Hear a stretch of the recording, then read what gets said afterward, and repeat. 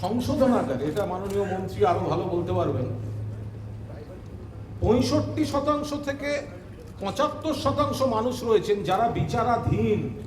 তারা অপরাধী না অপরাধী নয় সেটা কিন্তু এখনো ফয়সালা হয়।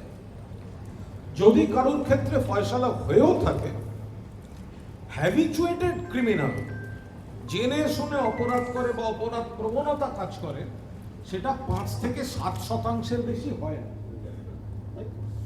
অনেক মানুষ ঘটনা চক্রে কোনো তাৎক্ষণিকতায় ভুল হয়ে যায়, যেটা মহামান্য বিচারপতি কিছুক্ষণ আগেই উল্লেখ করেছেন, কোনো ঘটনায় জড়িয়ে পড়া এবং নিশ্চিতভাবেই তার পরিণামে আমাদের আইনের ব্যবস্থায় আমাদের সেই শাস্তি পেতে হয়। কিন্তু রবীন্দ্রনাথ ঠাকুর মেঘ ও রৌদ্রে, ওনার গল্পগুচ্ছের অন্যতম ছোট গল্প মেঘ ও রৌদ্রে বলে গিয়েছেন, জেলের মধ্যে জায়গা কম, তাই খারাপ লোক কম, বাইরে খারাপ লোক অনেক বেশি, কারণ জায়গাটা অনেক বড়। সেই জায়গায় দাঁড়িয়ে যারা এখন জেলে কোনো কারণে রয়েছেন, সেখানে একটা জিনিস হচ্ছে, যিনি থাকছেন কোনো না কোনো কারণে, শাস্তি, লড়াই ইত্যাদি ইত্যাদি, আমাদের আইন যথেষ্ট ভালো এবং আইন এবং বিচার ব্যবস্থার প্রতি আমাদের পূর্ণ আস্থা আছে। কিন্তু যাদের বাড়ির লোক, তাদের ঘনিষ্ঠ বৃত্ত, মধ্যবিত্ত নিম্নবিত্ত পরিবার, এই আইনের লড়াই লড়তে লড়তে লড়তে লড়তে শেষ হয়ে যায়। সে দোষ করেছে কি করেনি, সে যেহেতু জেলে গেছে, তাই সমাজও তাকে খুব একটা জেল খাটাই শব্দটা দিয়ে দিতে সমাজ খুব পছন্দ করে। অথচ যে বা যারা বলছে তারা যে কত নৈতিক অধঃপতনে আছে তার কোনো সীমা পরিসীমা নেই। অলোকাধিকে আমি দেখেছি আমার বন্দি জীবনে কিভাবে আবাসিকদের মধ্যে এই সাংস্কৃতিক চেতনা, তাদেরকে সাংস্কৃতিক কাজকর্ম করানো, নিয়মিত চর্চা কত সুন্দর করে করতেন। জেলের ভেতর উজ্জ্বলদা একসময় মন্ত্রীও ছিলেন, এখনও যা যা রাজ্য সরকার করছেন, ভেতরে অনেক রকম চর্চা, লাইব্রেরি, ক্লাব ঘর, সেন্ট্রাল জেলগুলোতে পুজো হয়, অন্যান্য ধর্মের উপাসনা, সমস্ত রকম ব্যবস্থা আছে।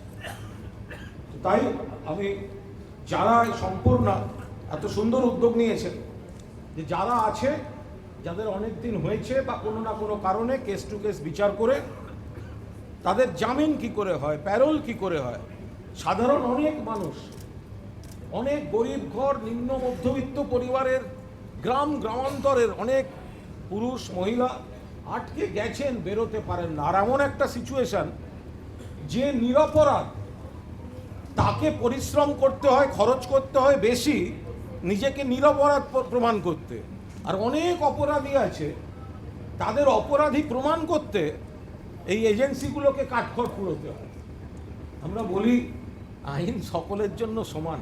আমি আমার জীবনের অভিজ্ঞতা দিয়ে বলছি, আইন ব্যবস্থা সকলের জন্য সমান। বিচার ব্যবস্থা এখনো আছে বলে কিন্তু সমাজটা টিকে আছে।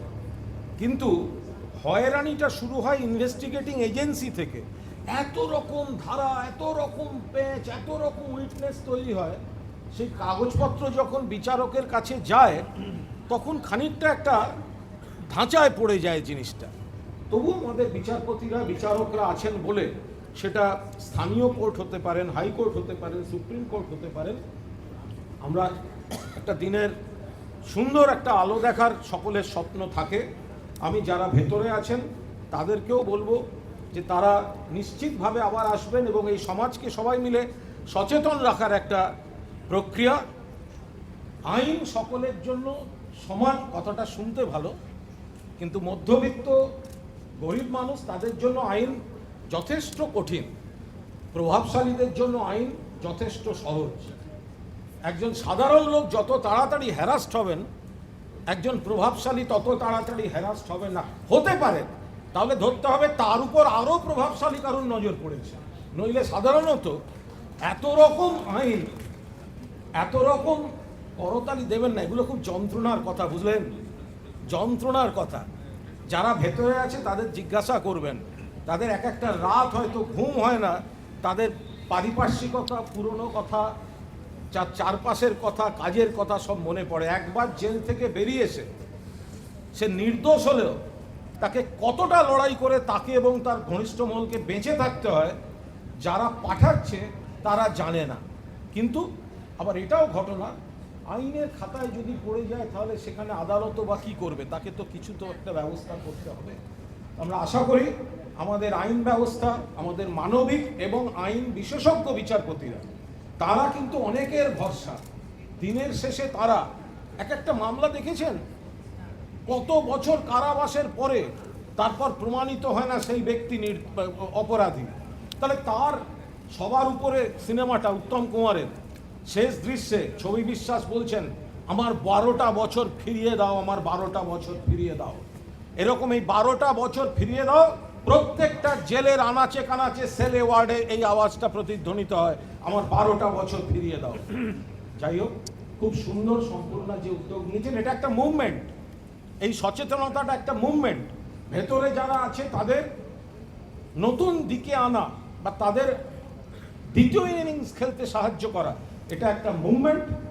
আমরা সবাই সমাজকে হাত জোড় করে রিকোয়েস্ট করতে পারি যে একেবারে যারা হ্যাবিচুয়েটেড ক্রিমিনাল, এটা বিচারপতিরা খুব ভালো বুঝবেন, যারা কোনো ধর্ষণ, খুন এবং নারী ঘটিত ভয়ঙ্কর একটা রক্তাক্ত অপরাধে জড়িত হয়ে যায় বা অন্য ধরনের কোনো পরিকল্পিত খুন, জখম, সেগুলো বিচারকরা যা করবেন সেটাই মাথা পেতে নেয়া। কিন্তু সাধারণ বিভিন্ন কে কাকে কোথায়, গ্রামের ছেলে কোথায় কি হয়েছে, শহরের ছেলে বা কে কোনভাবে জড়িয়ে পড়েছে, তাদের যে চারপাশটা ধ্বংস হয়ে যাচ্ছে। আই এম এ সিটিজেন 2 আমার একটা দ্বিতীয় ইনিংস প্রাপ্য। আজকে মঞ্চে যারা এই অপূর্ব সুন্দর পারফর্ম করলো, ওদের দ্বিতীয় ইনিংস প্রাপ্য। কিন্তু আমাদের মনটাও তৈরি করতে হবে, সেই যেদিন জেল গেটের বাইরে বেরিয়ে আসবে, আমরা যেন এরকম করতালি দিয়েই তাদের স্বাগত জানাতে পারি। সির্ফ একজন বন্দি ভালো পারফর্ম করছে হাততালি দিলাম, এই মানসিকতা নিয়ে যেন ফিরে না যাই। সবাই ভালো থাকবেন। জয় হিন্দ, জয় বাংলা।